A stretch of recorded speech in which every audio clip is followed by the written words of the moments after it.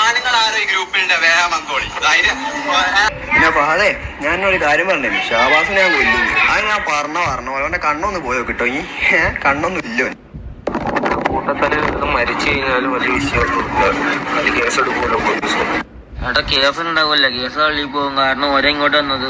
ഈ കേട്ട ഡയലോഗുകളെ തല്ലുമാല സിനിമയിലുള്ള ഡയലോഗുകളൊന്നുമല്ല. ഒരു കുട്ടിയുടെ മരണത്തിലേക്ക് വഴി നടത്തിയ കൗമാരക്കാർക്കിടയിലുണ്ടായ ഒരു കൊലപാതക പ്ലാനിങ്ങിൻ്റെയും അതിൻ്റെ ആഘോഷത്തിൻ്റെയും ഡയലോഗുകളാണ്. തീർച്ചയായിട്ടും എന്തുകൊണ്ട് കൗമാരപ്രായത്തിൽപ്പെട്ടവരുടെ മസ്തിഷ്കം ഇതുകൂടെ അഗ്രസീവ് ആകുന്നു? എന്താണ് അവരെ ഇതിന് പ്രേരിപ്പിക്കുന്നത്? നിസ്സാരമായ ചില കാര്യങ്ങൾക്ക് പോലും കൗമാരക്കാർക്കിടയിൽ ഈ അക്രമവാസന എന്തുകൊണ്ട് അരങ്ങേറുന്നു എന്നതിനെക്കുറിച്ച് അവരുടെ മസ്തിഷ്കത്തിൻ്റെ ഡെവലപ്മെൻറ്റിനെക്കുറിച്ചും നമ്മൾ ശരിക്കും അറിഞ്ഞിട്ട്